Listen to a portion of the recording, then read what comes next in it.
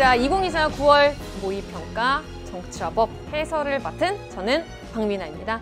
자, 선생님이 앞에서 총평에서 말했지만 개념의 빈틈을 잡는 일은요, 우리가 수능 전날까지도 계속 쉬지 말고 해주셔야 됩니다. 우리 이번 정치화법 문제가 어땠는지, 전반적인 난도, 우리가 앞으로 어떻게 준비해야 될지, 체감 연계 정도는 어땠는지 정도는 총평에서 한번 쭉 설명을 했고요. 선생님이랑은 이제 본격적으로 개념의 빈틈을 잡기 위해서 1번부터 바로 출발해 보도록 하겠습니다. 자, 우리 1번 문제, 우리가 생각했던 것처럼 높은 확률로 정치를 바라보는 관점이 나왔는데요. 여러분 약간 굉장히 좀 수월한 문제였습니다. 왜요? 딱 갑 한 명밖에 안 나왔어요. 한번 살펴보도록 하겠습니다. 정치를 정치 권력의 획득과 유지를 위한 국가 고유의 활동만으로 한정한다면 한계가 있어. 정치는 서로 대립적인 이해관계를 조정하고 타협점을 찾는, 여기 국가를 포함한 모든 사회 집단에서 나타나는 현상이야 라고 보기 때문에 갑은 바로 넓은 의미에서 정치를 바라보고 있습니다. 1번 바로 넘어갈게요. 국가라는 정치 주체의 국한에서 정치의 의미를 규정하는 것은 바로 좁은 의미의 정치였죠. 2번 보도록 할게요. 다원화된 현대사회의 정치 현상을 설명하기에 넓은 의미의 정치는 적합하다. 따라서 2번 잘못된 설명. 3번 보도록 할게요. 국회가 국가 예산안을 심의 확정하는 과정을 정치로 보는 거죠. 왜요? 이 부분 때문이겠죠. 국가를 포함한, 국가에서 나타나고자 하는 해결 과정도 정치로 보는 거니까 3번 잘못된 설명이 되는 겁니다. 4번 살펴보도록 할게요. 국가가 형성되기 이전의 정치 현상을 설명할 수 없다라는 한계. 국가의 존재를 반드시 전제로 하는 좁은 의미의 정치에서의 한계겠죠. 4번 잘못된 설명이고요. 오히려 넓은 의미의 정치는 국가 형성 이전의 정치 현상을 설명할 수 있겠죠. 마지막 5번입니다. 국가와 국가 이외의 다양한 사회 집단에서 나타나는 정치 현상은 본질적으로 다르지 않다. 국가에서 나타나는 것도 정치, 다른 사회 집단에서의 갈등 해결 과정도 정치라고 보는 거기 때문에 1번에 옳은 것은 정답 5번이라고 체크할 수 있었습니다. 자, 이제 2번 문제 보도록 할게요. 법치주의의 유형 A, B 나와 있습니다. 죄형 법정주의에서부터 출발을 합니다. 우리가 죄형 법정주의의 현대적 의미, 죄형 법정주의의 근대적 의미를 찾아보았을 때 법치주의의 유형과 연결시키자라고 했는데 아예 대놓고 이렇게 연결시켜서 출제가 되었어요. 한번 살펴볼게요. 법률이 없으면 범죄도 없고 형벌도 없다라는 종래 의미에서 적정한 법률이 없으면 범죄도 없고 형벌도 없다라고 하는 현대적 의미로 발전했대요. 이는 법에 의한 통치뿐만이 아니라 법률의 목적과 내용도 정의에 부합해야 함을 강조하는 A의 영향을 받은 것이다. 즉, 적정한 법률이 없으면 범죄도 없고 형벌도 없다라고 발전한 것은 무엇 때문이다? 실질적 법치주의에 대한 내용과 연결되는 거겠죠. 자, 이제 역사적으로는 합법적 절차에 따라 제정된 법률만 있으면 법률의 목적이나 내용과 관계없이 정당화된다라고 보는 형식적 법치주의에 대한 반성에서부터 기인한다라고 볼 수 있는 거겠죠. 자, 1번부터 보도록 하겠습니다.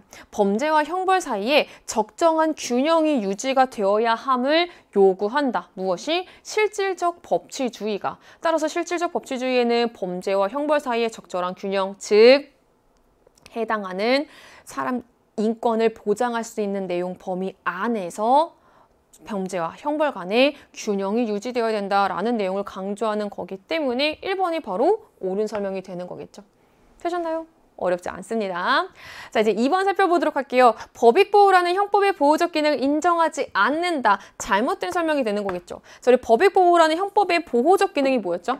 범죄를 규정해놔요. 무엇을 범죄로 규정하는 거야? 개인이라든지 공동체의 존립을 해체는 이러한 내용들을 형법으로 규정을 합니다. 범죄로 규정을 합니다. 범죄로 규정을 한 다음에 이에 해당하는 행동을 했을 때에는 형벌을 부과하게 함으로써 법익을 보호하고자 하는 보호적 기능을 수행하고자 있는 거죠. 즉, 범죄로 법률로서 규정을 해두는 건데 형식적 법치주의가 이러한 보호적 기능을 인정하지 않는다라고 보기에는 어렵죠. 2번 잘못된 설명이 됩니다. 3번 살펴보도록 하겠습니다. 입법자의 자의로부터 국민의 자유와 권리를 보장한다. A와 달리 B는 아니죠. 실질적 법치주의에 해당하는 설명이 되는 거기 때문에 A와 달리 잘못된 설명이 됩니다. 4번 볼게요. 위헌법률 심사제의 필요성을 간과한다. 실질적 법치주의가요. 위헌법률 심사제의 필요성을 강조하는 거겠죠. 4번 잘못된 설명. 마지막 5번 볼게요. 법률의 근거에서도 기본권을 제한할 수 없다라고 본다. 잘못된 설명이죠. 자, 우리 A와 B 모두 다 법치주의입니다. 그렇기 때문에 법률의 근거에서 기본권을 제한하려고 할 때는 법률에 근거해야 된다라고 보는 거기 때문에 5번 잘못된 설명이 돼서 2번에 옳은 것은 정답 1번 이렇게 찾을 수 있었습니다. 자, 3번 볼게요. 기본권의 유형과 관련되어 있는 문제고요. 정말 어렵지 않았습니다. 국가 권력에 의해 침해되지 않음으로써 보장되는 소극적 성격을 갖고 있다라는 내용을 통해서 바로 무엇인 거 찾았다? 자유권인 거 찾을 수 있었습니다. 사적 영역에 대한 국가의 개입 배제, 그치? 그러니까 방어적, 소극적 성격의 권리였죠. 이에 반해 실질적 평등의 실현을 목적으로 하는 B는 국가의 적극적 급부와 배려를 통해서 보장될 수 있기 때문에 오히려 국가의 개입을 필요로 한다라고 되어 있습니다. 그럼 B는 뭐가 되는 거예요? 바로 사회권이 되는 거겠죠. 되셨나요? 그럼 1번부터 한번 살펴보도록 할게요. 자유권은 헌법에 열거되지 않더라도 보장되는 포괄적 권리이다. 그렇죠. 정답 몇 번? 3번에 1번 끝. 2번 볼게요. 국민이 국가기관의 형성에 참여할 수 있는 권리는 참정권에 해당이 되겠죠. B는 사회권이었기 때문에 잘못된 설명이 됩니다. 3번 볼게요. 인간의 존엄과 가치를 보장하기 위한 권리이다. A와 달리 잘못된 설명이죠. 자유권 역시 인간의 존엄과 가치를 보장하기 위한 권리가 되는 거겠죠. 인간의 존엄과 가치를 보장하기 위한 본질적 성격의 권리가 자유권이었기 때문에 A와 달리 잘못된 설명. 4번 살펴보도록 할게요. 자본주의의 문제점을 해결하는 과정에서 등장한 권리는 사회권이었죠. 그런데 B와 달리라니 잘못된 설명이 됩니다. 마지막 5번 볼게요. 다른 기본권을 보장하기 위한 수단적 성격의 권리는 청구권이 되는 거겠죠. A와 B 어디에도 청구권은 해당되지 않는 거죠. 따라서 3번의 정답은 몇 번? 1번이라고 찾을 수 있었습니다. 되셨나요? 자, 이제 4번 살펴보도록 하겠습니다. 우리나라 헌법의 기본 원리 여러분이 6가지 중에 떠올려 주시면 됩니다. 재외국민과 관련해서 우리나라 헌법의 기본 원리가 실현된 사례를 얘기를 하고 있습니다. 대통령 선거에서 재외국민의 투표권을 보장하는 것을 들 수 있습니다. 오케이, 여기까지만 해도 어떤 헌법의 기본 원리일지 조금 감이 옵니다. 끝까지 읽어볼게요. 국가 의사를 최종적으로 결정하는 최고 권력인 주권이 국민에게 있다라고 하는 원리인 국민주권의 원리와 연결이 되는 사례이기 때문입니다. 되셨죠? 따라서 A는 국민주권의 원리. 해외에서 사고에 처한 재외국민이 자력으로 이를 수습할 경제적 능력이 없는 경우에 생명, 신체, 재산의 보호에 드는 비용을 국가가 지원하는 것. 뭔지 알 것 같아. 조금만 더 읽어보자. 이는 국민의, 여기가 포인트네. 인간다운 생활의 보장을 위해서 국가가 적극적인 역할을 해야 된다라고 하는 원리인 복지국가 원리를 실현하는 사례이기 때문입니다. 라고 해서 A와 B를 찾을 수 있었습니다. 1번부터 볼게요. 상호주의 원칙에 따라 외국인의 지위를 보장하는 근거가 되는 것은 국제평화주의랑 연결되는 거겠죠. A는 국민주권의 원리였으니까 잘못된 설명이 됩니다. 2번 볼게요. 적정한 소득 분배를 목적으로 하는 국가의 경제적 규제와 조정의 근거가 되는 것이 바로 복지국가의 원리였죠. 따라서 2번 옳은 설명이 돼서 4번의 정답은 2번 이렇게 됩니다. 3번 볼게요. 국민의 정치적 의사 형성을 위한 집회 결사의 자유보장, 대표적으로 무엇을 위한 실현 보장이었죠? 그렇죠. 가장 대표적으로는 국민주권의 원리를 위한 실현 방안 중에 하나가 될 수 있었죠. 그런데 A와 달리라고요? 잘못된 설명이 되는 거겠죠. 3번 잘못된 설명이 되는 거고 4번 보도록 하겠습니다. 이거는 실제 수능에서도 우리가 지금까지 많이 출제되었던 선지 중에 하나입니다. 헌법의 이념적 기초로서 법률 제정과 정책 결정의 방향을 제시하는 것은 바로 헌법의 기본 원리가 하는 역할이었죠. B와 달리 A는 잘못된 설명, A와 B 모두에 해당할 수 있는 내용이 되는 거겠죠. 따라서 4번 잘못된 설명이 되는 거고요. 마지막 5번 보도록 하겠습니다. A와 B 모두 근대 입헌주의 헌법에서부터 강조되기 시작한 원리 아니죠. 특히 B의 경우에는 복지국가의 원리이기 때문에 현대 복지국가 헌법에서부터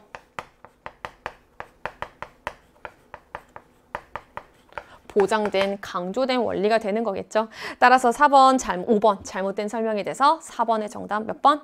2번이라고 어렵지 않게 4번 문제까지 풀 수 있었습니다.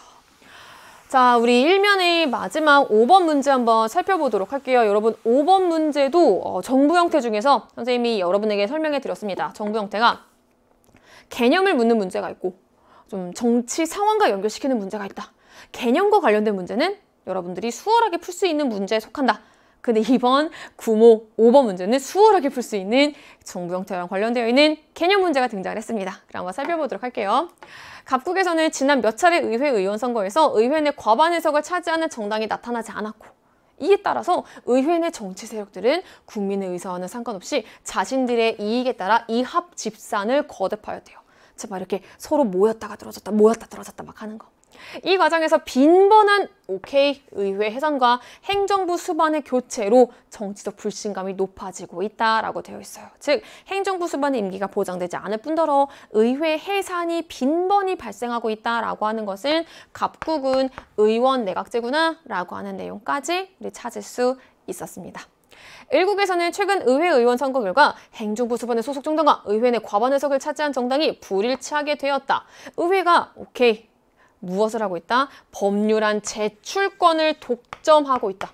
그리고 행정부는 법률안 제출을 못하는 거네. 행정부 수반이 법률안 거부권을 가졌다라는 상황에서 우리는 대통령제다라고 하는 내용까지 찾을 수 있었습니다. 따라서 갑국은 의원내각제, 을국은 대통령제라고 찾은 상황입니다. 자, 그럼 1번부터 한번 살펴보도록 하겠습니다. 행정부가 입법부에 대해서 정치적 책임을 지지 않는다. 갑국의 정부 형태는 의원내각제죠. 의원내각제는 내각이 의회에 대해서 연대 책임을 지는 거죠. 그렇기 때문에 행정부가 입법부에 대해서 정치적 책임을 지지 않는다. 1번 잘못된 설명이 됩니다. 되셨죠? 2번 볼게요. 일국의 정부 형태, 행정부 수반과 국가 원수가 동일인이다. 대통령제에서는 행정부 수반이자 국가 원수가 대통령으로 일원화되어 있는 거였죠. 따라서 정답 몇 번? 2번 끝. 세상에. 3번 보도록 하겠습니다. 의회 의원이 입법부 소속이에요. 강요 행정부 소속이에요. 겸직할 수 있다. 오케이. 그렇다면 입법부의 구성원이 건너가서 행정부의 구성원을 겸직할 수 있다는 건 구름다리로 연결되어 있는 의원 내각제를 의미하게 되는 거겠죠. 갑국과 달리 잘못된 설명. 을국의 정부 형태에서는 의회 의원이 원칙적으로 강요를 겸직할 수 없죠. 따라서 3번 잘못된 설명이 되는 거고요. 4번 보도록 하겠습니다. 행정부와 입법부 간 엄격한 권력 분립이 이루어지는 것은 바로 대통령제에 해당하는 설명이겠죠. 근데 을국과 달리라고 잘못된 설명이 됩니다. 갑국의 정부 형태인 전형적인 의원 내각제에서는 행정부와 입법부 간의 권력 융합이 이루어지는 거였죠. 따라서 4번 잘못된 설명이 되는 거고요. 마지막 5번 볼게요. 갑국과 을국의 정부 형태 모두에서 국민이 직접 행정부 수반을 선출한다. 그렇다면 국민이 직접 행정부 수반을 선출하는 정부 형태는 유일하게 대통령제였죠. 갑국은 해당되지 않습니다. 을국의 정부 형태에서만. 따라서 5번의 정답은 어렵지 않게 2번까지 풀 수 있었습니다. 자, 우리 1면까지는요. 사실은 여러분들이 수월하게 문제를 풀어낼 수 있었습니다. 특히 우리 4번 문제 같은 경우에 헌법의 기본 원리 A를 찾는 거는요. 우리 수능 특강 심화탐구의 자료였습니다. 우리 수능 특강에서 헌법의 기본 원리 테마 2에서의 심화탐구 내용 중에 하나가 있었어요. 재외국민 선거에서 재외국민에게 선거권을 보장하는 내용. 우리 이렇게 1번부터 5번의 내용 다소 여러분들이 좀 수월하게 느껴질 수 있었던 내용을 1면으로 푸고 이제 2면으로 한번 넘어가 보도록 하겠습니다. 주민참여제도가 이렇게 등장을 하고 있습니다. 이거 약간 여러분이 느꼈을 때 나는 지금까지 지방자치단체장, 지방의회의 역할을 막 이렇게 공부를 했었는데 이 내용이 나왔네 라고 하더라도 어쨌거나 다 연결이 되는 내용입니다. 한번 살펴볼게요. 동그라미군 하수처리장에서 발생하는 악취로 주민생활에 불편이 가중되고 있다. 동그라미군 주민들은 하수처리장 악취 방지를 위한 조례 제정을 청구하기 위해 주민들의 서명을 받기 시작했다라고 되어 있어요. 무엇과 연결시킬 수 있는 주민참여제도예요. 가는? 그렇죠. 조례, 제, 개, 폐, 청구제도와 연결시킬 수 있는 제도가 되는 거겠죠. 나보도록 하겠습니다. 세무시장은 쓰레기 소각장 건설이 주민들의 반대에 부딪히자 주민투표로 결정하기로 했대요. 지역의 현안의 중요한 문제를 주민들의 투표로 결정하는 주민투표제도와 연결되는 부분. 그래서 주민투표에서 주민들의 과반수가 반대해서 쓰레기 소각장 건설은 무산되었다라고 되어 있습니다. 동그라미도 의회 지역구 의원 A는 대규모 산업단지 유치 과정에서 비리에 연루되었다라는 이유로 요거 주민투표만 보시면 안 돼요. 끝까지 읽어야 되죠. 주민투표를 통해 임기 중에 해임되었다라는 내용은 주민참여제도 중에서 주민소환제도와 연결시킬 수 있는 부분입니다. 되셨나요? 그럼 기억부터 바로 들어가 보도록 하겠습니다. 가에 필요한 요건을 갖추어서 주민들이 이제 일정 수 이상의 주민이 서명을 했어. 주민이 조례안을 청구했어. 그러면은 조례안을 심의 의결하는 주체는 누가 되는 거예요? 그러니까 쉽게 조례의 의결을 결국에 누구의 권한이야? 지방자치단체장이 아니라 지방의회의 권한이 되는 거겠죠. 그래서 기억은 잘못된 설명이 됩니다. 니은 보도록 할게요. 우리 주민 소환의 대상에는 지방자치단체를 대표하고 사무를 총괄하는 지방자치단체의 기관 누가 되는 거예요? 지방자치단체의 장 포함되니까? 그렇죠. 주민 소환의 대상에는 지방의회 의원, 지역구 의원만 그리고 지방자치단체장 포함되기 때문에 니은 옳은 설명이 됩니다. 디귿 보도록 하겠습니다. 주민이 지방자치단체장의 권한 행사를 견제하는 제도 나와 다 중에 어디에 들어갈까요? 지금 주민투표를 통해서도 지방자치단체장의 권한 행사를 견제할 수 있겠죠. 그렇기 때문에 나는 해당이 됩니다. 그렇다면 다는요.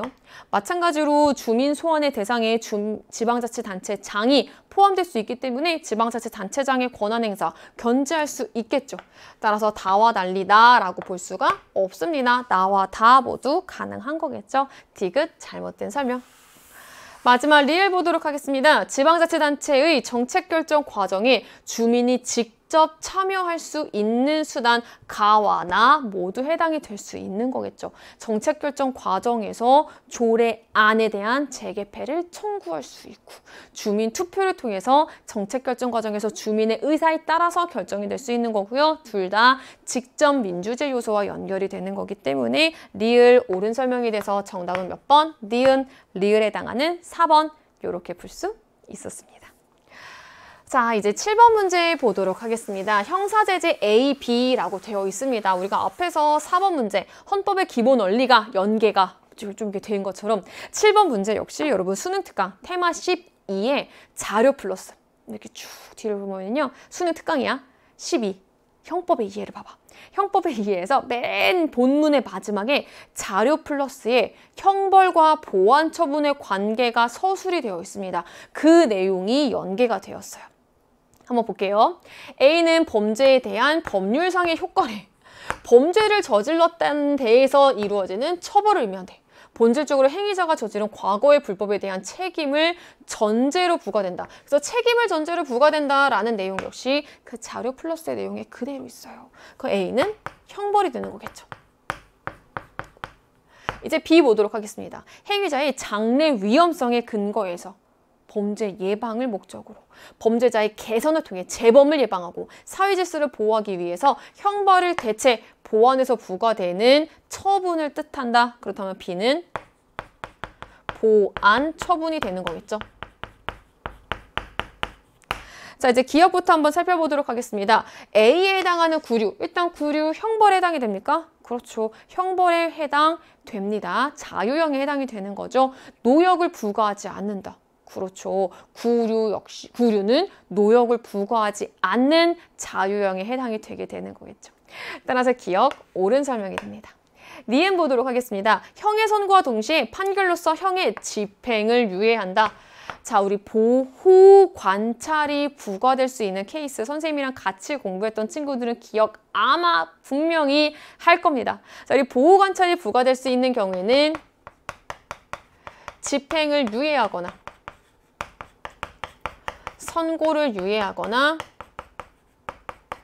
가석방 처분 등의 경우에는 보호 관찰이 부과될 수 있다. 즉 일상생활을 영위하면서 보호 관찰관의 지도와 감독을 받도록 하는 것이 부과될 수 있는 거죠. 그렇기 때문에 니은 그대로 옳은 설명이 됩니다. 자, 이제 D급 보도록 할게요. 법률과 적법한 절차에 의하지 아니하고는 부과될 수 없다. 즉 적법 절차의 원리에 따라야 된다라고 하는 거죠. 둘 중에 적법 절차의 원리에 따라야 되는 것은 둘 다 모두 해당이 되는 거겠죠. 즉 A와 B 모두 다 적법 절차의 원리에 근거해야 된다라는 내용 역시 자료 플러스에 있었던 내용이었습니다. 따라서 7번에 옳은 것은 몇 번? 기억, 니은에 해당하는 3번이라고 풀 수 있었습니다. 자, 이제 8번 문제 보도록 하겠습니다. 여러분들이 7번까지는 사실 조금 수월하게 풀었을 거야. 오! 2번 괜찮은데? 이렇게 쓱쓱 풀었을 텐데 아마 8번에서 약간 멈칫했을 거예요. 왜냐면 지금까지 진짜 일반적으로 출제가 되었던 경향을 한번 살펴보면은 A, B, C, D, 뭐 E까지 나왔었어요. 근데 F는 정말 네, 여러분이 당황하실 수 있었겠지만 그냥 나와 있는 그대로 찾아주시면 되는 거겠죠. 쭉 먼저 적어볼게요. 자, 이제 우리가 할 수 있는 내용들을 먼저 적어보는 겁니다. A는 헌법에 규정된 주요 국가기관 구성에 관한 권한 행사를 할 수 있대, 일단. 어딘지 알 것 같아. B의 동의, C의 장의 제청, D의 제청 등의 견제를 받는데요. A는 E를 임명할 때 C의 장의 제청을 국무위원을 임명할 수 있대. 일단 A가 국무위원을 임명할 수 있다라는 내용을 통해서 일단 A는 누가 되는 거예요? 대통령이 된다라고 하는 거 먼저 찾을 수 있습니다. 되셨나요? 또한 헌법은 C의 장, F의 장, D, E의 임명에 대한 동의권을 B에게 부여하며 A의 권한 행사를 견제하면서 각 기관에 간접적으로 민주적 정당성을 부여하고 있다라고 되어 있습니다. 조금 더 읽어보자. 한편 A, B, 그리고 C의 장이 F의 구성에 참여하도록 해서 헌법재판을 담당하는 F가 오케이 헌법재판을 담당하는 F는 어디가 되는 거예요? 헌법재판소가 되는 거겠죠. 되셨나요? 그 다음 우리가 찾을 수 있는 거 국무위원 임명할 때 국무총리는 국무위원의 임명 제청권과 해임 건의권이 있는 거였죠. 따라서 D는 국무총리가 됩니다. 우리 계속 이제 퍼즐처럼 껴맞춰 나가는 거야. 자, 그리고 또 국무총리를 임명하려고 할 때 동의권은 누가 행사해요? 국무총리는 국감대대원의 첫 번째였지. 대통령이 임명하는데 국회의 동의를 얻어서. 그렇다면 B는 국회. 이제 퍼즐 계속 맞추는 거야. 이제 우리 밑으로 한번 내려가 볼까? 대통령과 국회 그리고 C의 장이 헌법재판소의 구성에 참여하도록 한다. 헌법재판소 재판관은 대통령이 임명하되 9명을 3명은 국회에서 선출한 장을 3명은 대법원장이 지명하는 자를 포함한다 라고 되어 있는 거죠. C는 대법원. 자, 이제 우리 마지막 2 남았습니다. 여기 짜자자자잔. 네. C의 조치, C의 장의 제청, D의 장의 제청을 갖는다. 자, 이제 여기입니다. 대통령이 E를 임명할 때, 일단 대통령이 임명하는 국가기관이야. C의 장의 제청을, 대법원장의 제청을. 자, 이제 합쳐봐봐. 대법원장의 제청을 받아야 돼. 그리고 E의 임명에 대해서는 국회의 동의권도 있어야 돼. 자, 이제 다 합쳐보는 거야. E는요, 국회가 동의를 해야 돼. 그래서 대통령이 임명하는 국가기관이야. 그리고 대법원장이 제청해. 다 합치면은 그렇죠. E는 대법관이 되는 거겠죠. 자, 우리 대법관의 임명 한번 쭉 떠올려 봅시다. 여러분들이 국감대대헌에서 대법관 국회 동의를 얻어서 대통령이 임명해라는 것만 기억하지 마시고요. 중간에 한 단계를 꼭 더 기억해 주셔야 됩니다. 대법원장의 제청으로. 대법원장의 제청으로 국회가 동의하여 대통령이 임명하는 국가기관이 바로 대법관이었죠. 라고 우리가 A부터 F까지 퍼즐을 맞추듯이 쭉 한번 찾아보았습니다. 자, 그럼 이제 1번부터 한번 살펴보도록 하겠습니다. 대통령은 국회에게 임시회 집회를 요구할 수 있죠. 이거 우리 이번 수능 완성, 국가기관의 구성과 기능에서 선지로 많이 나왔던 거였습니다. 여기까지는 괜찮아. 그런데 국정감사를 실시하는 주체는 누구야? 국정감사 및 조사. 그렇죠. 이를 실시하는 주체는 국회가 되는 거겠죠.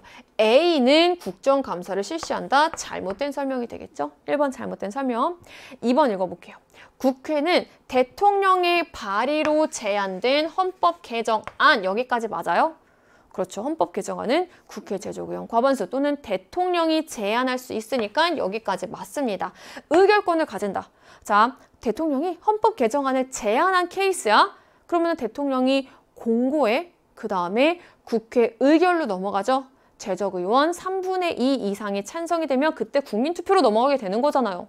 어쨌거나 헌법 개정안에 대한 의결권을 국회가 가지는 거 옳은 설명이겠죠. 따라서 8번의 정답은 2번이라고 찾을 수 있었습니다.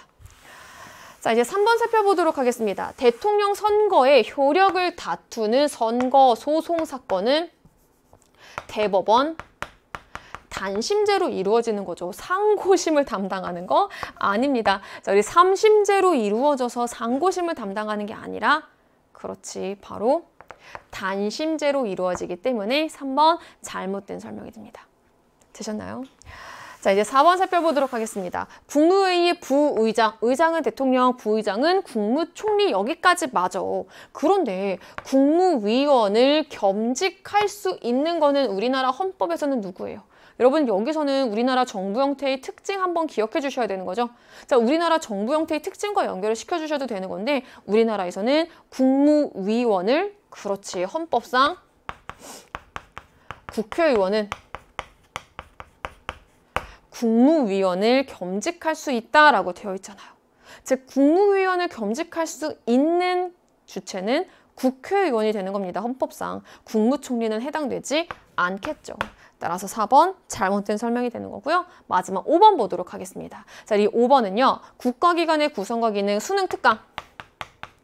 날개, 즉 이렇게 수능특강 교재가 있어. 그럼 수능특강 왜 날개? 이 부분에 나와 있는 내용입니다. 한번 볼게요. 대법관은 헌법재판소의 탄핵 결정의 대상이 됩니까? 네, 여기까지는 맞아요.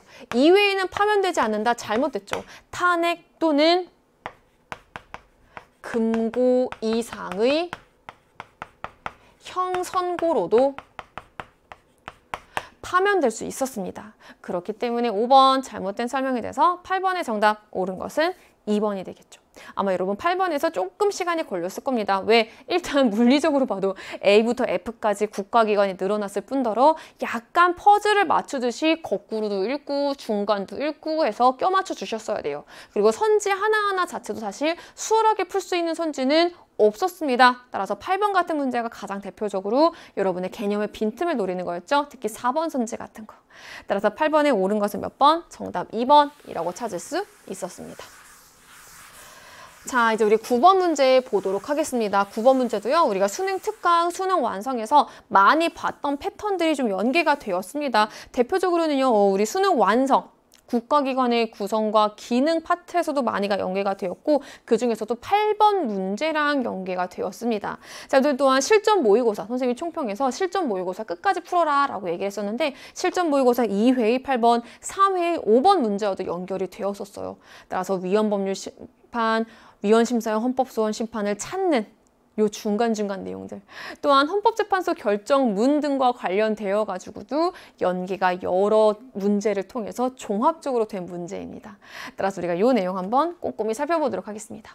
동그라미 시장은요, 대기오염 물질 배출 시설 설치가 금지된 지역에 배출 시설을 설치 운영했던 이유로 갑에게 배출 시설에 대한 폐쇄 명령을 내렸대요. 누가? 동그라미 시장이. 이에 갑은요, 폐쇄 명령의 취소를 구하는 소송을 제기했대요. 그럼 여러분 한번 생각을 해봐. 동그라미 시장이 폐쇄 명령을 내렸어. 근데 이거에 대한 취소를 구하는 소송이면은 행정소송이겠죠? 행정소송은, 선생님 우리가 행정소송을 배웠었나요? 배웠었잖아요. 근로자의 관리할 때. 물론 그때는 중앙노동위원회 위원장의 재심 판정의 취소를 구하는 소송이었잖아. 어쨌거나 그것도 행정소송이었잖아. 어쩌면 동그라미 시장의 경우에도 동그라미 시장의 폐쇄 명령의 취소를 구하는 소송이라면은 행정소송입니다. 요 내용은 수능 완성 교재에서 행정소송이라고 한번 언급이 되었었어요. 근데 우리가 그걸 생각하지 않더라도 오케이, 동그라미 시장에 대한 폐쇄 명령의 취소를 구하는 소송이니까 행정소송이겠구나 라고 추론해 볼 수 있습니다. 자, 그럼 행정소송은 3심제입니다. 행정법원, 고등법원, 대법원이에요. 자, 제기하였으나 기각되자 항소하였대요. 이유값은 항소심 계속 중에 폐쇄 명령의 근거가 되는 해당 법률 조항이 자신의 재산권을 침해한다면서 A에 재청 신청을 했대요. 무언가에. 자, 일단 A는요, 항소심이 계속되고 있는 상황이에요. 그렇다면 항소를 했기 때문에 A는 어디가 된다? 고등법원이 된다라고 찾아볼 수 있는 거겠죠. 그 다음에 무엇을 했대? 이것에 재청 신청했대. 지금 항소심 계속 중인데 재판에 전제가 되는 법률이 위헌 여부인지를 확인해 주세요 라고 법원에 신청하는 위헌 법률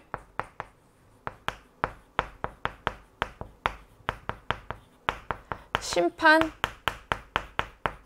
재청 신청을 했겠죠.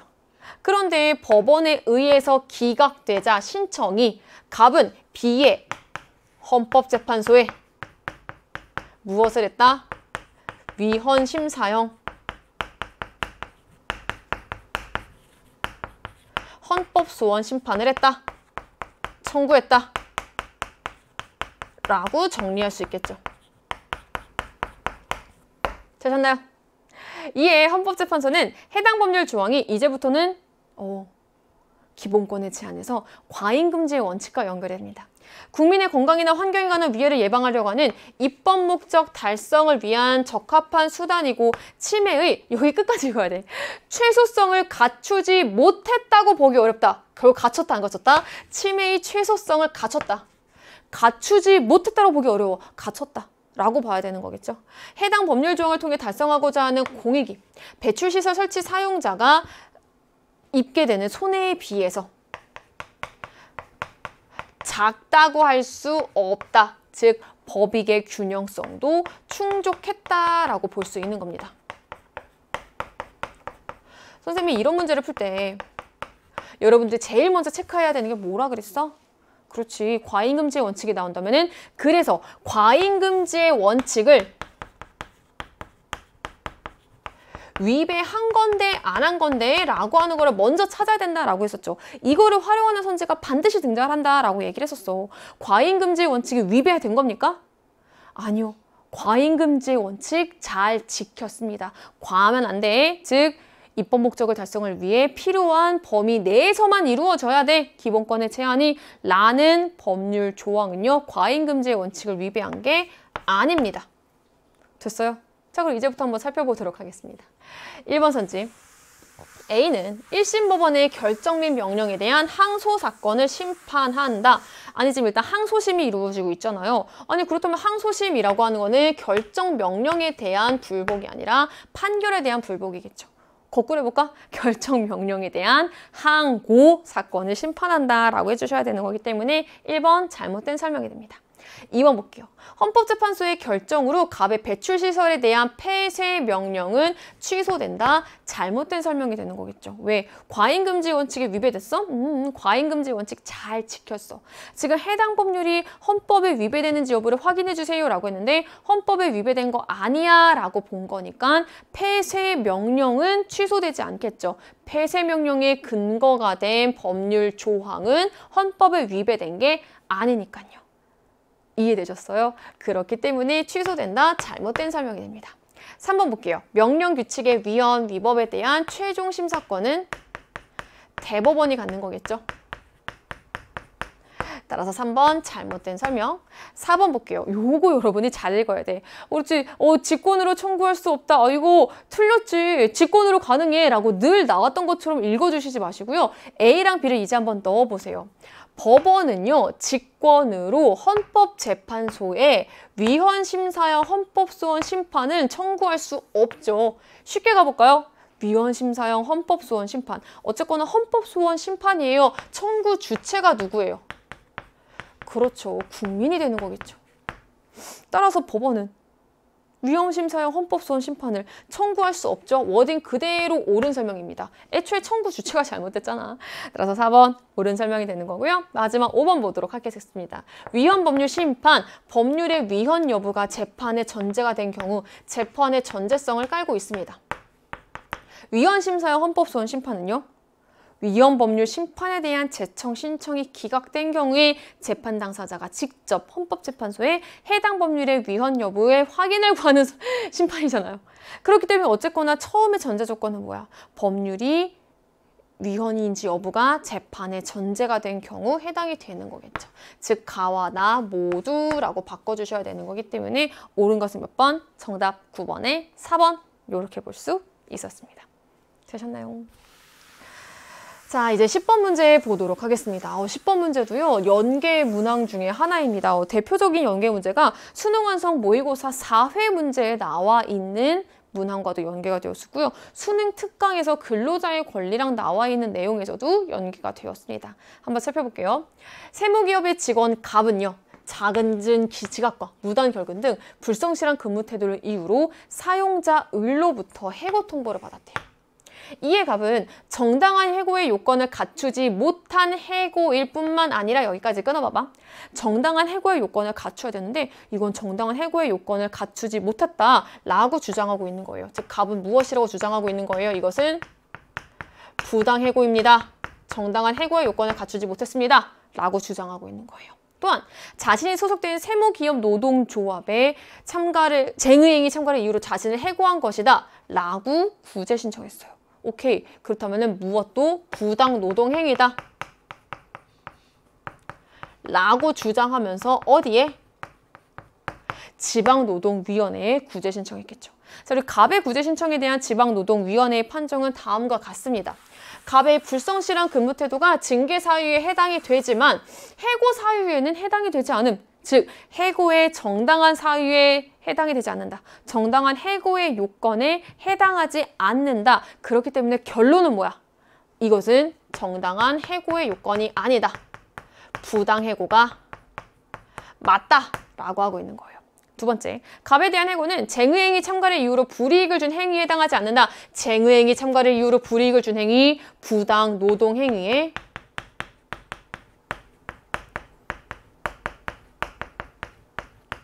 해당하지 않는다라고 봐야 되는 거겠죠. 지방노동위원회의 판정에 불복한 갑과 을은 그렇죠. 자, 이제부터는요. 불복하는 주체를 한번 살펴봅시다. 부당해고가 맞아요 라고 한다면 누가 불복할까요? 그렇죠. 사용자인 을이 불복하겠죠. 아, 이거 부당노동행위 아닌 듯 이라고 하면은 근로자인 갑이 불복할 겁니다. 그래서 중앙노동위원회에 재심을 신청했다라고 되어 있는 상황이에요. 우리 이런 문제를 풀 때에는 그 중간에 나와 있는 행간을 읽어야 된다라고 얘기했어요. 그 문제입니다. 1번 볼게요. 갑과 달리 노동조합은 지방노동위원회의 부당노동행위 구제 절차에 신청인이 될 수 있는 거죠. 부당해고의 경우에는요. 부당해고에 대한 구제 신청의 절차에서는 근로자 개인만 가능합니다. 원칙적으로. 하지만 부당노동행위를 이유로 부당노동행위 구제 절차에서는 근로자 개인뿐만 아니라 근로자가 포함되어 있는 노동조합도 신청이 될 수 있겠죠. 따라서 1번 잘못된 설명이 됩니다. 2번 볼게요. 지방노동위원회는 갑에 대한 해고가 부당노동행위에 해당하지 않는다라고 판단했겠죠. 2번 잘못된 설명. 3번 볼게요. 중앙노동위원회가 지방노동위원회의 판정을 취소한다면 여기 한번 읽어볼까요? 갑에 대한 해고가 부당해고에 해당하며 부당노동행위에는 해당하지 않는다라고 판정한 것은 지방노동위원회의 판정 결과잖아요. 아니 지금 나와 있는 단서 조건은 뭐야? 만약에 취소했는데 어떻게 지방노동위원회의 판정 결과와 그대로 말을 해? 말이 안 되죠. 중앙노동위원회가 지방노동위원회의 판정을 취소한다면은 이 판정 내용이 그대로 판단되진 않겠죠. 이해되셨어요? 맞지 않죠. 지금 나와 있는 거는 원래 지방노동위원회의 판정 결과였잖아요. 이해되셨어요? 만약에 중앙노동위원회가 취소한다면 이와 다른 내용이 나와야 되는데 지방노동위원회의 판정 결과가 그대로 나왔다라는 거는 3번이 옳지 않은 설명이다 라는 걸 의미하는 거겠죠. 자, 이제 4번 보도록 하겠습니다. 중앙노동위원회가 갑의 재심 신청을 기각한다면 갑은 재심 판정에 불복해서 행정소송을 제기할 수 있죠. 누구를 대상으로? 중앙노동위원회 위원장을 대상으로. 아니, 갑이 재심 신청을 했어. 근데 중앙노동위원회가 이를 기각했어. 그러면 갑은 그렇지. 행정소송을 그 다음 단계로 제기할 수 있는 거잖아요. 4번 잘못된 설명.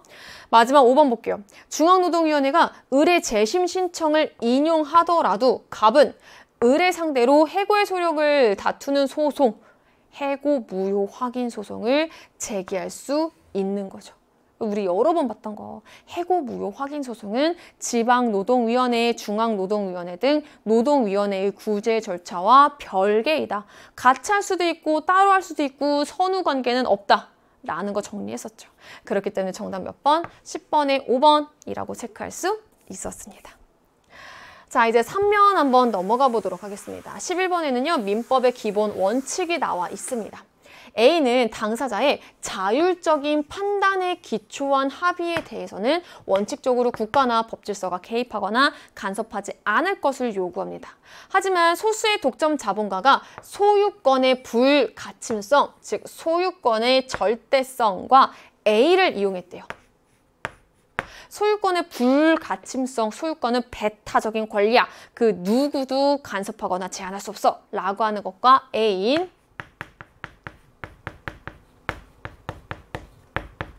계약 자유의 원칙, 다른 표현으로는 사적 자치의 원칙을 이용해서 자신의 활동 영역을 확장으로써 생산수단의 소유가 소수에게 집중되어 사회가 양극화되는 문제가 발생했대요.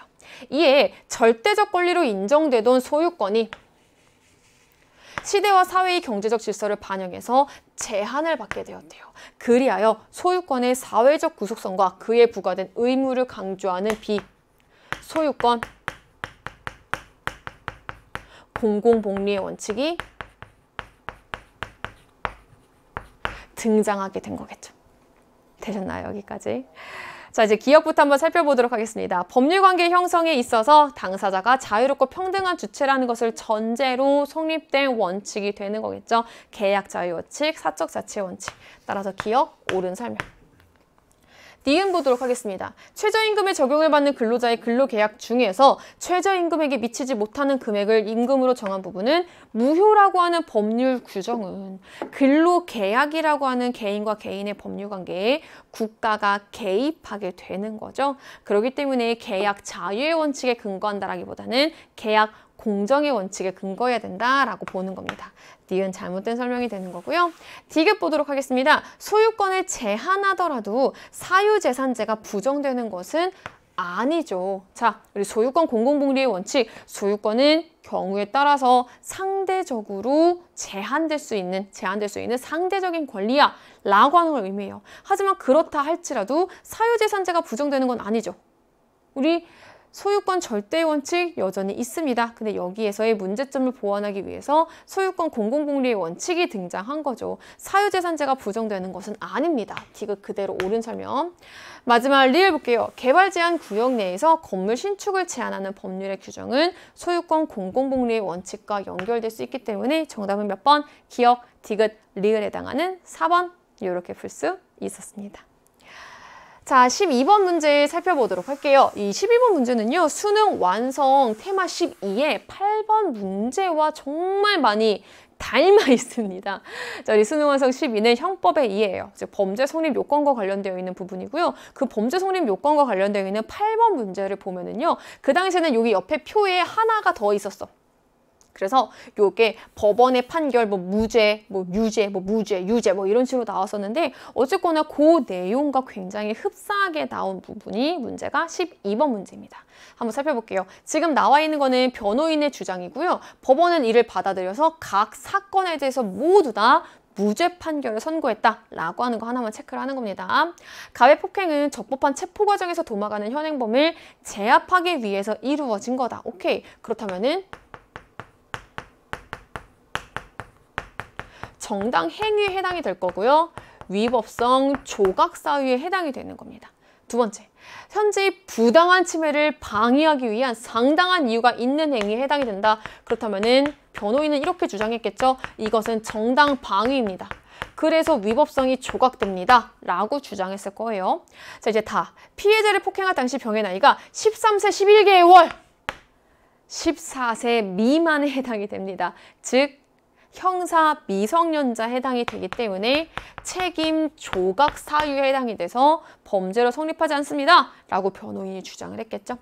정예폭행은 심신장애로 인해 사물을 변별할 능력이 없는 상태, 심신상실의 상태, 책임 조각 사유에서 이루어졌습니다. 라고 주장했고요. 마지막, 무는 저항할 수 없는 폭력에 의해서 강요된 행위입니다. 이 행위는 책임 조각 사유입니다. 라고 주장을 하고 법원은 이를 다 받아들여서 무죄로 판결이 난 상황입니다. 1번부터 볼게요. 법원은 갑의 행위가 구성 요건에 해당하지 않는다고 판단했다. 잘못된 설명이죠. 자, 우리가 범죄 성립 요건을 살펴볼 때에는 순서대로 살펴봐야 된다라고 얘기했었어. 위법성이 조각된다라고 하는 거는요. 구성 요건에 해당하는 행위가 위법성이 조각된다라는 거죠. 전체 법 질서의 관점에서 부정적이라는 판단이 들지 않는 겁니다. 따라서 1번 잘못된 설명이 되는 거겠죠. 2번 볼게요.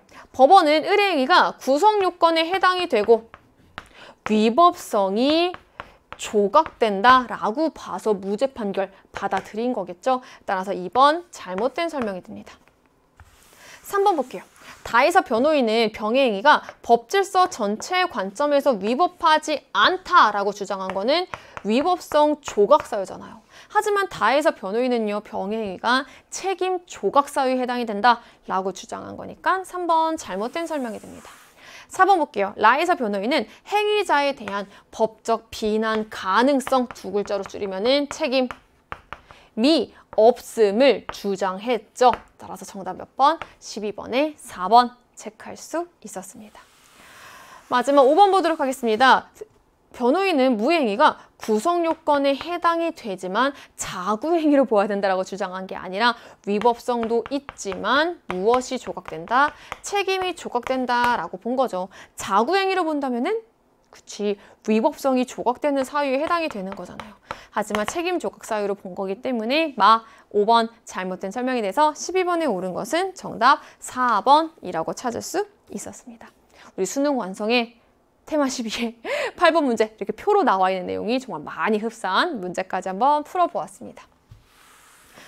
자, 이제 13번 문제 한번 풀어보도록 하겠습니다. 갑은 을 소유의 상가를 임차하여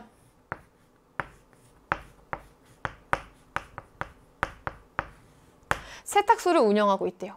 A는 면접을 위해 친구 B의 양복을 빌려 입은 후 갑에게 세탁을 맡겼대요. 그럼 갑에게 세탁을 맡긴 주체는 누구예요? 바로 A가 되는 겁니다. 갑은 세탁소 내부의 수도관에서 누수가 발생해서, 누수가 뭐냐면 물이 새는 거예요, 쉽게.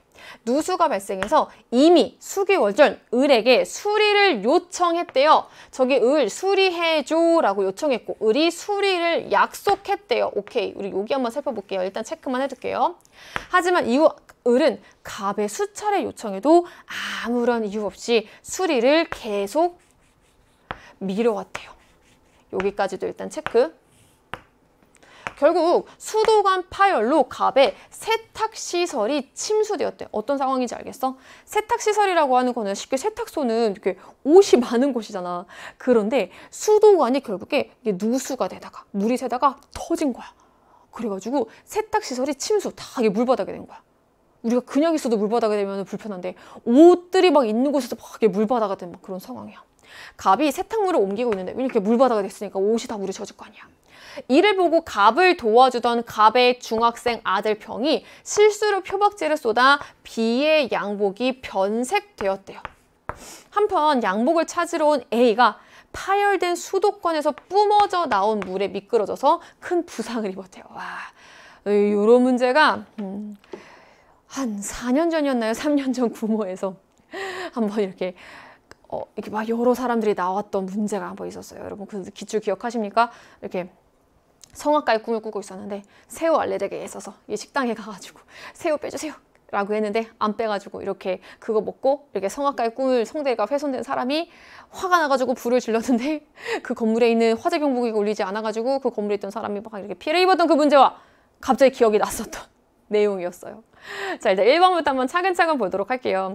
양복이 변색되었습니다. 우리가 양복에 세탁을 맡겼다라고 하는 거는요. 양복을 깨끗하게 다시 만들어주세요 라고 하는 내용에 대한 의무를 이행해야 되는 거예요. 그런데 지금 그렇지 않았죠. 따라서 채무 불이행 책임을 갑은 집니다. 근데 누구에 대해서 지는 거예요? 갑과 A 사이에서 계약이 체결된 거죠. 이해되셨어요? B의 양복을 누가 맡긴 거야? A가 맡긴 거야. 이걸 깨끗하게 해주세요 라고 A와 갑이 체결한 계약이기 때문에 B가 아니라 계약을 체결한 당사자인 A에게 채무 불이행 책임을 지게 되는 거겠죠. 자, 이제 2번 살펴보도록 하겠습니다. 수도관 수리 의무 위반에 따른 채무 불이행 책임을 질 수 있습니다. 왜요? 지금 갑은 을에게 수리를 요청했어요. 그리고 을이 수리를 약속했습니다. 즉, 그렇지. 계약이 성립된 겁니다. 청약과 이 청약을 받아들이게 된 거죠. 됐어요, 여기까지? 따라서 계약이 성립을 했습니다. 그렇다면 뭘 해야 돼? 수리해줄게, 수리할게 라고 수리를 했어야 되는데 지금 아무런 이유 없이 수리를 계속 미뤄왔죠. 그렇다면 채무 불이행, 즉 계약의 내용에 따른 수리해줘 라는 의무를 이행했어야 되는데 그렇지 않았으니까 채무 불이행 책임을 질 수 있습니다. 무엇에 대한? 수도관 수리에 대한. 됐어요? 지금 무엇을 계약이 성립한 거야? 수도관 수리에 대한 의무를 위반했지. 누가? 을이 아무 이유 없이. 그러니까 채무 불이행 책임을 질 수 있겠죠. 따라서 2번 잘못된 설명이 됩니다.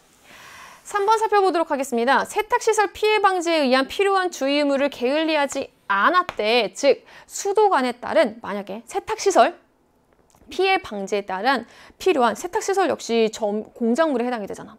세탁시설 피해 방지에 필요한 주의 의무를 게을리하지 않았다라고 하면은 점유자로서의 책임은 면제되게 되는 거죠. 공작물에 대한. 자, 그렇다면 이때는 누가 책임지게 되는 거예요? 공작물의 소유자가 책임을 지게 됩니다. 누구에게? 갑에게 공작물 소유자로서의 특수불법행위 책임을 지게 되는 거예요. 왜요? 여기가 포인트죠. 수도관이 파열되었어. 그래서 갑의 세탁시설이 침수되었잖아. 그럼 결국에 지금 피해를 입은 당사자는 누가 될 수 있는 거예요? 갑이 될 수 있는 거죠. 갑의 세탁시설이 침수된 거잖아. 갑이 이 세탁시설 피해 방지에 필요한 주의 의무를 게을리하지 않은 경우에는요. 소유자인 을이 피해를 입은 갑에게 공작물의 소유자로서 특수불법 행위를 질 수 있겠죠. 따라서 정답은 몇 번? 13번에 3번이 되는 겁니다. 되셨어요? 세탁시설이 침수되었다. 그래서 갑 역시 이때는 피해를 입은 피해 당사자가 될 수 있는 거니까.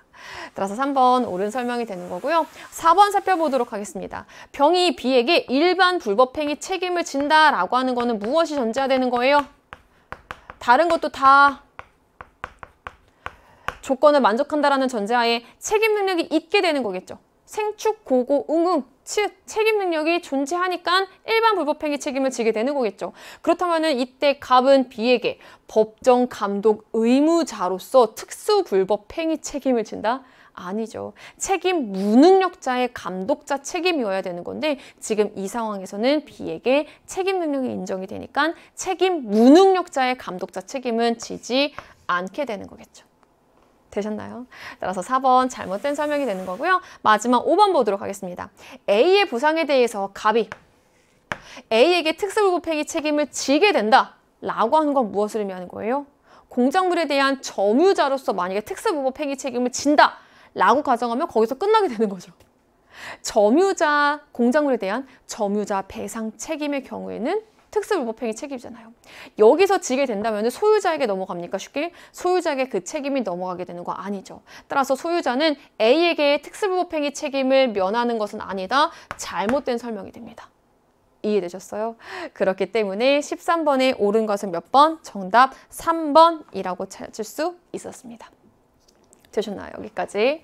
자, 우리 13번이 일단 선생님이 충평에서 말했던 것처럼 굉장히 내용도 긴 제시문들을 해석할 수 있는 능력이 있는지를 묻는 대표적인 문제였습니다.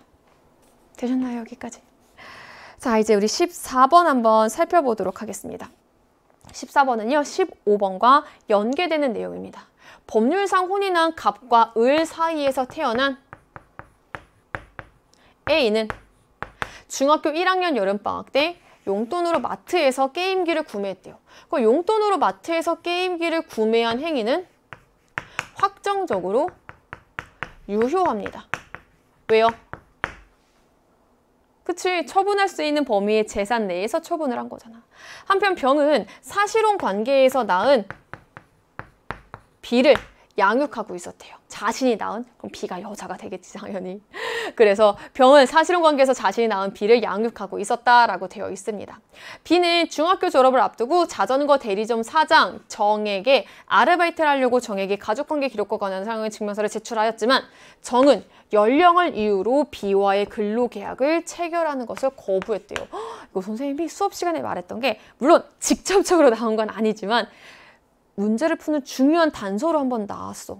봐봐. 선생님이 그 당시에 고용할 수 없는 연령 15세 미만 그리고 중학교에 재학 중인 그렇지. 18세 미만의 경우에도 안 된다라고 얘기를 했었죠. 그리고 여기 한번 살펴봐. 자, 우리 B는요. 중학교 졸업을 앞두고 있는 거예요. 이해되셨어요? 그래서 연령을 이유로 B와의 근로계약 체결을 거부했다라고 되어 있는 상황입니다. 그럼 어쨌거나 우리가 여러 방면으로 생각을 하더라도 연령을 이유로 거부했다? 15세 미만일 수도 있는 거고 중학교 졸업했어? 아직 중학교 졸업을 앞두고 있는 거니까 아직은 졸업하지 않았어. 그렇기 때문에 18세 미만일 수도 있지만 뭐 중학교에 이게 재학 중일 수도 있는 거잖아. 그래서 안 될 수도 있는 거잖아. 어쨌거나 우리 민법상으로는 나이가 19세 미만 쪽에 해당하는 미성년자에 해당하는 나이일 겁니다. 일단 그 자리에서 B는요. 갑자기 평소 원했던 고가의 한정판 자전거를 보고 정에게 구매 의사를 거듭 밝혔대요. 아 이거 사고 싶어요 라고.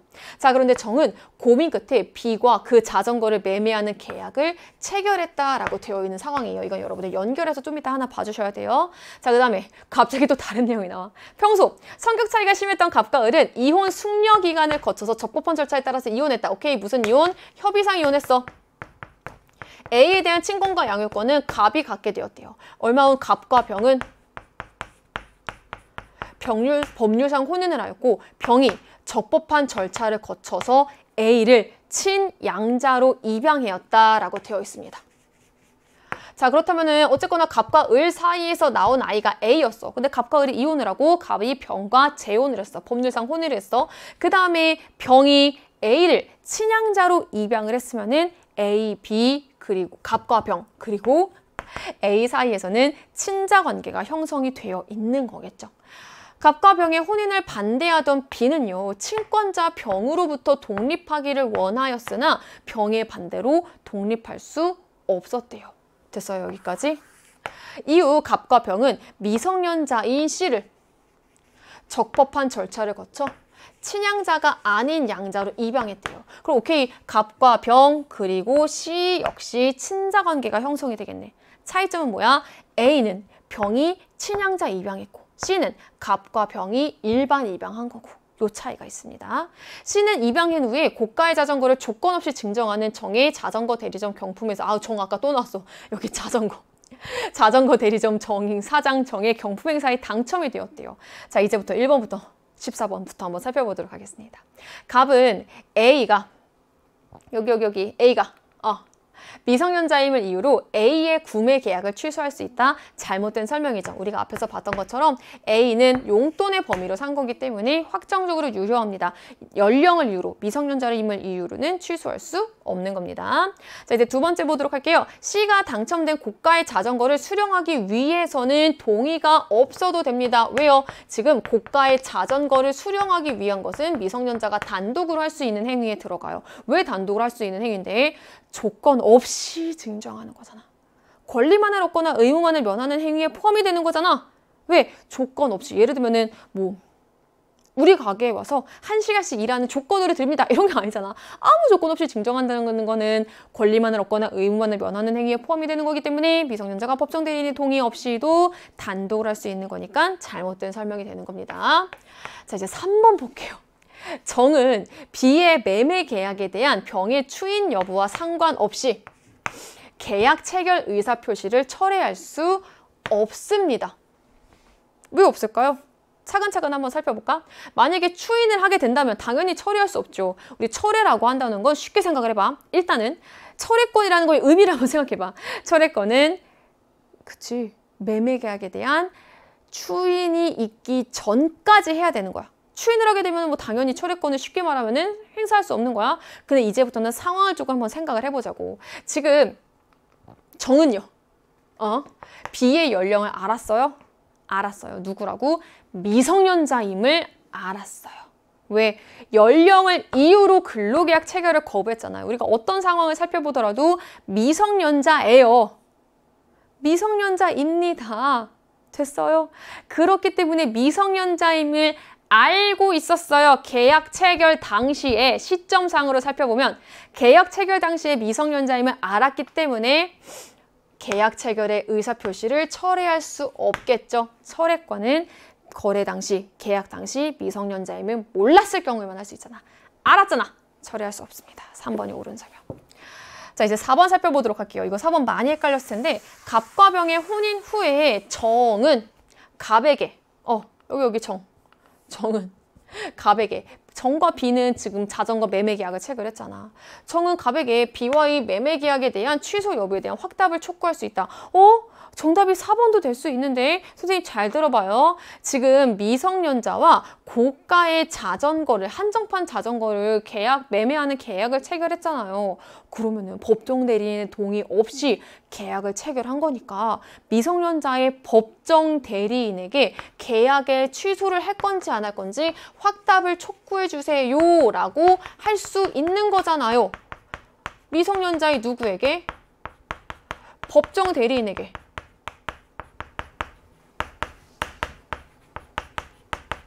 자, 그런데 지금 B의 법정 대리인은 누구예요? B의 법정 대리인은 갑이 아니라 병이 되는 거겠죠. 왜요? 선생님, 갑과 병이 A 또는 C1은 친자관계가 형성이 되어 있어요. 하지만 뭐 갑이 지금 B를 입양을 했는지 안 했는지 여부는, 즉 친자관계가 형성이 되었는지 안 되었는지 여부는 알 수 없는 거죠. 이해되셨어요? 여기까지? 아니, 그렇기 때문에 지금 갑은 B와 아무런 친자관계가 형성이 되어 있지 않습니다. 갑은 B의 법정 대리인이 아닌 겁니다. B의 법정 대리인은 이 상황에서 병이 되는 거겠죠. 따라서 병에게 여기 나와 있는 상황에서는 B와의 매매 계약에 대한 취소 여부에 대한 확답을 촉구할 수 있는 거지 확실하게는 갑에게는 할 수 없는 겁니다. 되셨죠? 자, 이제 마지막 5번 살펴보도록 할게요. 정과 B의 매매 계약이 유효하게 확정이 되었다라고 한번 가정을 해볼게요. 그러면은 누구와 누구 사이에 권리와 의무가 발생하게 되는 거예요? 정과 B 사이에. 병은 정에게 아니죠. B는 정에게 자전거 매매 대금의 지급 의무를 지게 되는 거겠죠. 계약을 체결한 당사자 사이에 일반적으로 권리와 의무가 발생하게 되는 거니까요. 따라서 14번에 옳은 것은 몇 번? 정답 3번 이렇게 됩니다. 자, 이제 바로 15번 문제 풀어보도록 하겠습니다. 갑과 을의 이혼은 협의상 이혼입니다. 법원의 이혼 의사 확인 시 효력이 발생하는 것이 아니라 행정관청에 이혼 신고를 한 때. 1번 잘못된 설명. 2번 병이 A를 입양했어요. 무엇 입양했어? 아까 친양자 입양했잖아. 친양자 입양했으면 을과 A의 친족 관계는 종료되는 겁니다. 됐어요? 을과 A의 친족 관계는 종료되는 거기 때문에 을은 A에 대한 면적 보석권을 원칙적으로 가지지 못하는 거죠. 3번 갑과 병의 혼인 후에 갑이 사망했어요. B는 갑의 상속인이 될 수 없습니다. 왜요? 우리가 앞에서 말했던 거 갑과 B는 친자관계가 형성이 되지 않았습니다. 그렇기 때문에 B는 갑의 상속인이 될 수 없겠죠? 정답은 3번이 됩니다. 4번 볼게요. 가정법원의 허가가 요구된다. C와 달리. 자, A의 입양은 어떤 상황이었어요? A를 여기 친양자로 입양했습니다. 자, 우리 친양자 입양하기 위해서는 가정법원의 허가가 요구가 됩니다. 그런데 C에 대해서는 일방 입양이었지만 미성년자였잖아요. 요거 우리 수능 완성에 연계가 되어 있습니다. 어떻게? 미성년자를 일반 입양, 친양자 입양이 아닌 양자로 입양을 하려고 할 때에는 가정법원의 허가가 필요합니다. 그렇기 때문에 4번 잘못된 설명이 되는 거겠죠. 자, 우리 마지막 5번 살펴보도록 하겠습니다. C가 경품행사에 당첨될 당시에 C와 달리 A는 병의 친생자와 같은 지위를 가진다. 즉 시점상으로는 요 시점이에요. 입양된 후에요. 됐어요, 여기까지. 그 다음에 이렇게 경품행사에 당첨이 된 거잖아. 자, 그렇다면 병의 친생자와 같은 지위를 가지는 건 어느 케이스예요? 그렇지. 친양자 입양이 아닌 입양의 케이스죠, 쉽게. 일반 입양의 케이스에서 친생자와 같은 지위를 가지게 되는 거겠죠. C와 달리 잘못된 설명이 되는 겁니다. 됐어요, 여기까지. 자, 그렇다면은 A는 뭐가 되는 거예요? A는 그렇지. A의 경우에는 갑과 병의 혼인 중의 출생자로 보게 되는 거겠죠. 따라서 5번 잘못된 설명이 돼서 15번의 정답은 3번이라고 풀 수 있었습니다. 자, 이제 우리 마지막, 우리 3면에서 아마 시간 많이 쏟았을 거야. 왜? 13, 14, 15번 문제가 제시문 자체가 길고 긴 문제를 잘 분석할 수 있는지에 대한 문제였거든요. 이제 빠르게 4면으로 넘어갈 거고요. 선생님 20번 할 때 미리 얘기를 하겠지만 여러분 마음의 준비를 하고 4면으로 넘겼을 거야. 그런데 넘겼는데 20번에 숫자가 안 나와 있죠. 이럴 수도 있다라고 선생님이 한번 그런 상황이 올 수도 있지 않겠어요, 여러분? 이라고 한번 비슷한 상황 얘기했어요. 그때 내가 1면을 봤는데 1번에 정치를 보는 관점이 아니라 뭐 선거 결과 분석이 올 수도 있는 거야? 라고 막 가정해보자라고 했었죠. 그러한 가정이 점차 현실이 되고 있어요. 뭐 무엇이든 이제 다 가능한 상황이에요. 자, 이제 4면에서 여러분 당황하지 않고 이제 문제를 빠르게 풀어주시면 됩니다. 16번 볼게요. 자, 이익집단, 시민단체, 언론, 정당 중에 하나입니다. 자, 우리 요 문제는요, A, B, C, D를 빠르게 먼저 찾아주셔야 되는 거겠죠. 우리 동그라미 단체는 여행업계 종사자들의 특수이익 실현을 위해서 조직된 A입니다. 오케이? 그렇다면 A는 뭐가 되는 거예요? 바로 이익집단이 되는 거겠죠. 자, 이제 두 번째 보도록 하겠습니다. 어떤 노력해야 될까요? 우리 요 문제는 수능 완성해서 여행업계 종사자라고 안 나오고 관광개발과 관련되어 있는 사례로 등장을 했었어요. 이 내용이 조금 비슷하게 닮아있는 문제예요. 다시 공직선거의 후보자를 공천하는 비의 공약에 대해서 적극적으로 우리의 의견을 표명합시다. 정당한테. 공익실현을 목적으로 시민들이 자발적으로 조직한 시민단체와 좀 연대할 필요도 있어요. 그래서 우리의 이익 추구가 공익과 충돌한다라는 우려를 좀 없애버립시다. 라고 하는 겁니다. 사회현생에 대한 취재 등의 방법으로 정보를 제공하는 언론에게도 좀 이렇게 보도한 기사를 우리가 비판적으로 좀 봅시다 라고 되어 있는 상황입니다. A, B, C, D 이렇게 찾았습니다. 1번 볼게요. 정치 과정에서 투입 기능은 A와 B 모두 담당할 수 있는 거였죠. 잘못된 설명. 2번 볼게요. 행정부와 의회를 매개하는 역할을 하는 거 당정협의회 정당이 담당을 하게 됩니다. B와 달리라고 잘못된 설명. 3번 보도록 할게요. 대의자의 한계를 보완하는 기능 C와 달리 아니죠. 시민단체도 할 수 있고 이익집단도 할 수 있습니다. 대의자의 한계 왜 나타나는데? 그치, 대표가 시민들의 의사를 제대로 반영하지 못하는 거야. 그러니까 우리들의 특수이익을 조금 반영을 해주세요. 공익실현을 위해 뭉쳐보겠습니다. 라고 하는 이익집단, 시민단체가 대의제의 한계를 보완할 수 있겠죠. 특히 시민단체는 시민들의 직접적인 참여를 보장하는 거기 때문에 A와 C 모두 다 해당될 수 있는 설명이 듭니다. 대의제의 한계를 보완하는 기능으로. 따라서 3번 잘못된 설명이 되는 거고요. 4번 볼게요. 사회 구성원에게 정치적 지식을 습득하게 한다. 5글자로 줄여. 정치사회화의 기능을 하는 거죠. 자, 우리 정치사회화의 기능을 하는 것은 A, B, C, D 모두 해당되는 설명이니까 4번 잘못된 설명. 자, 우리 마지막 5번 볼게요. 너무 쉽지? 정권 획득을 위해서 조직된 집단은 정당 A, C, D와 달리 유일하게. 따라서 정답 몇 번? 5번 끝. 자, 이제 17번 넘어가 보도록 하겠습니다. 갑은 주차된 의뢰 차량 유리창을 부순 후에 그 안에 있던 스마트폰을 훔쳐서 달아나던 중에 순찰 중인 경찰관 병에게 발각됐대요. 병이 당연히 막 쫓아갔겠지? 계속 쫓아오자 갑은 체포를 면하기 위해 병에게 폭행을 가했지만 결국 체포되었대. 이후 검사는 구속영장을 발부받아 갑을 구금한 상태에서 수사를 진행해서 기소했대요. 1심 법원은 갑에 대해서 징역 1년 6월에 집행유예 2년을 선고했고 소송 당사자 모두 누구랑 누구? 검사랑 갑 모두 다 항소하지 않아서 판결이 확정되었다라고 되어 있는 상황입니다. 되셨나요? 1번부터 보도록 하겠습니다. 자, 이거 선생님이 이 문제를 풀 때에는 형사 절차를 풀 때에는요. 반드시 시점, 타이밍, 주체 꼭 기억하자라고 했었어. 검사가 구속영장 실질 심사를 청구하면 판사가 갑을 직접 대면해서 구속 여부를 결정한다. 아니 일단 판사가 갑을 직접 대면해서 구속 여부를 결정하는 것은 구속영장 실질심사 맞아요. 근데 인과관계가 잘못됐지. 구속 전 피의자 신문제도 맞고 구속영장 실질심사제도 맞아. 그런데 검사가 구속영장 실질심사를 청구하는 게 아니죠. 정확하게는 검사가 구속영장을 청구해. 그러면은 판사가, 법관이 피의자를 직접 대면해서 영장 발부 여부를 판단하는 것 자체가 구속영장 실질심사 제도였잖아요. 이해되셨어요? 따라서 실질심사 해주세요라고 검사가 청구하는 게 아니었죠. 정확히는 구속영장을 청구하면은 시점상으로 판사가 이렇게 구속 여부를 결정하는 거였죠. 영장 실질심사 제도에 의해서. 따라서 1번 잘못된 설명이 됩니다. 2번 볼게요. 갑은 공판 절차가 진행되는 도중에는 구속적부 심사를 청구할 수 없죠. 구속적부 심사는 구속의 적법성과 필요성에 대해서 심사해줘서 나를 석방해주세요 라고 하는 건데 원칙적으로 어느 단계?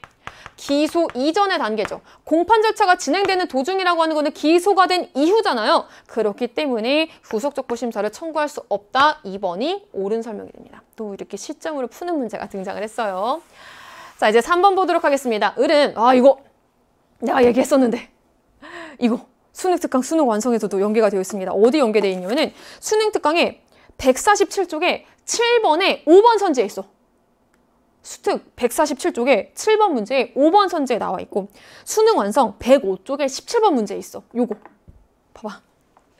자, 국가에 일정한 한도의 구조금 지급을 청구할 수 있다. 지금 을은 누구예요?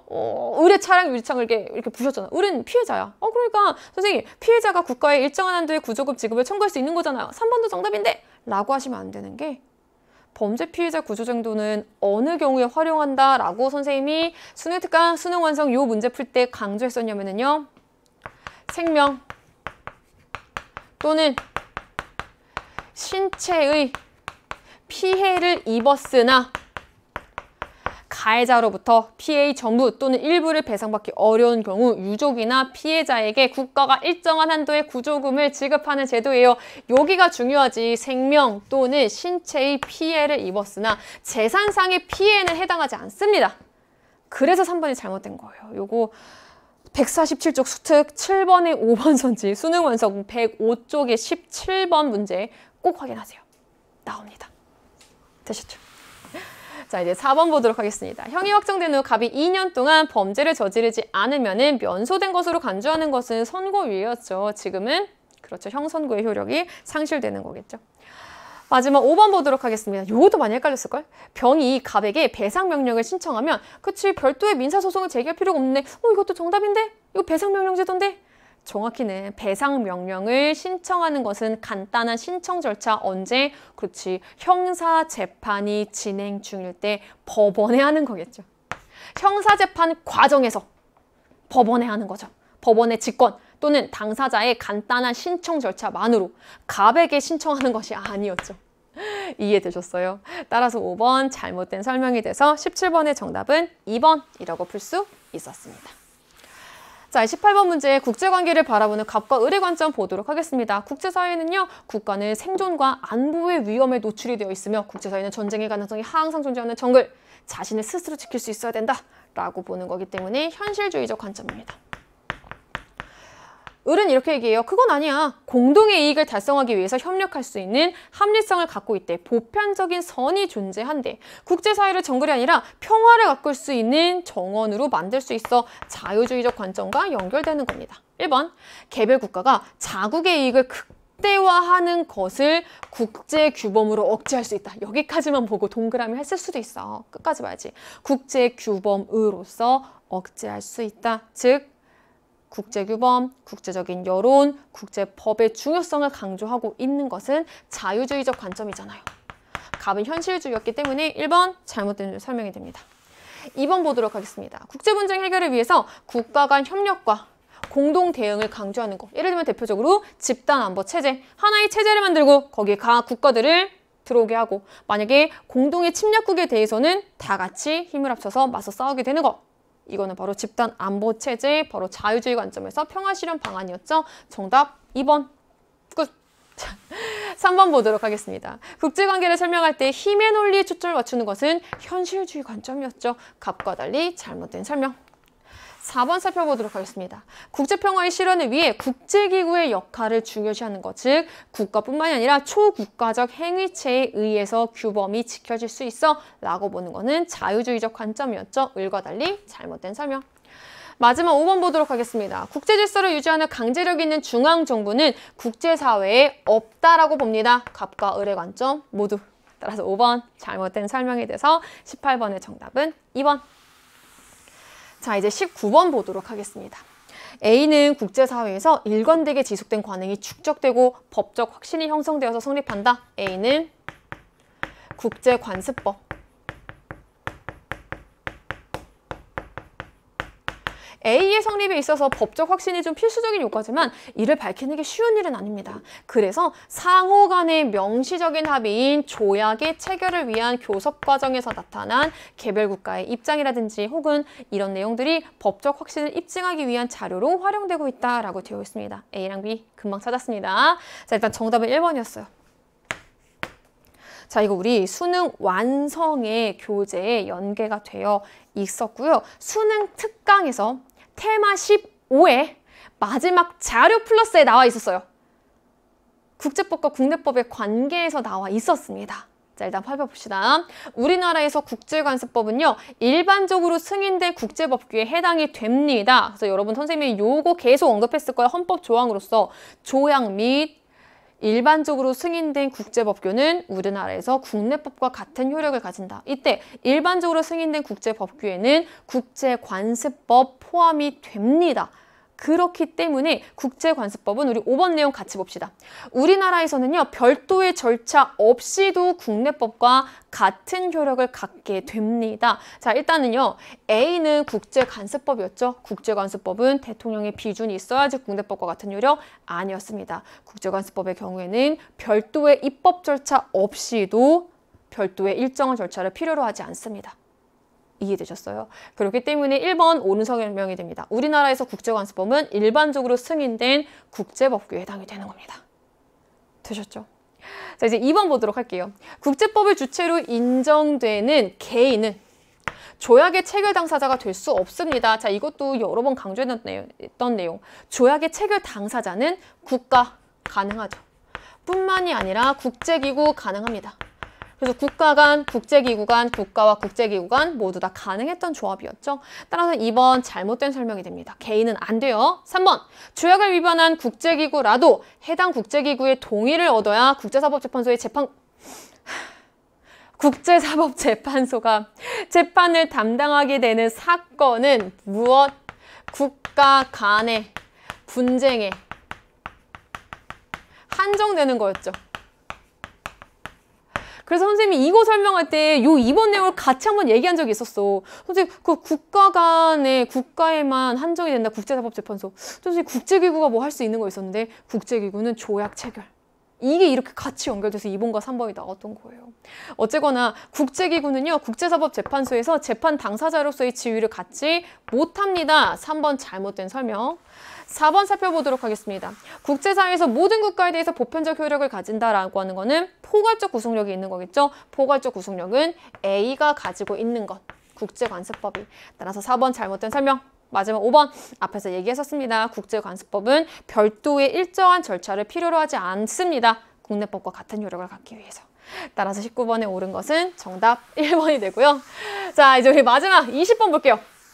20번 선거 결과 분석인데 숫자가 하나도 나오지 않았습니다. 보기에도 숫자는 거의 나오지 않습니다. 살펴보도록 하겠습니다.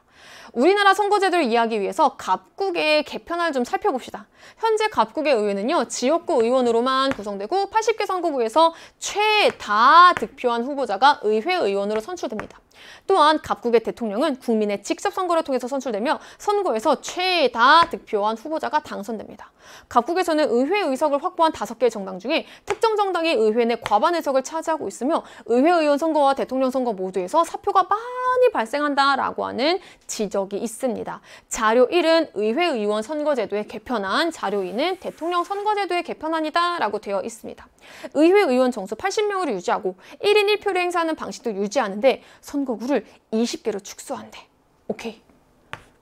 각 정당이 선거구별로 최대, 여기 너무 중요해, 일단 체크해. 2인까지 후보자로 공천할 수 있도록 하고요. 선거구별로 같은 수의 의회의원을 득표 순으로 선출합니다. 자, 그리고 선거구 제도에 따르면은요, 무엇으로 개편하게 되는 거예요?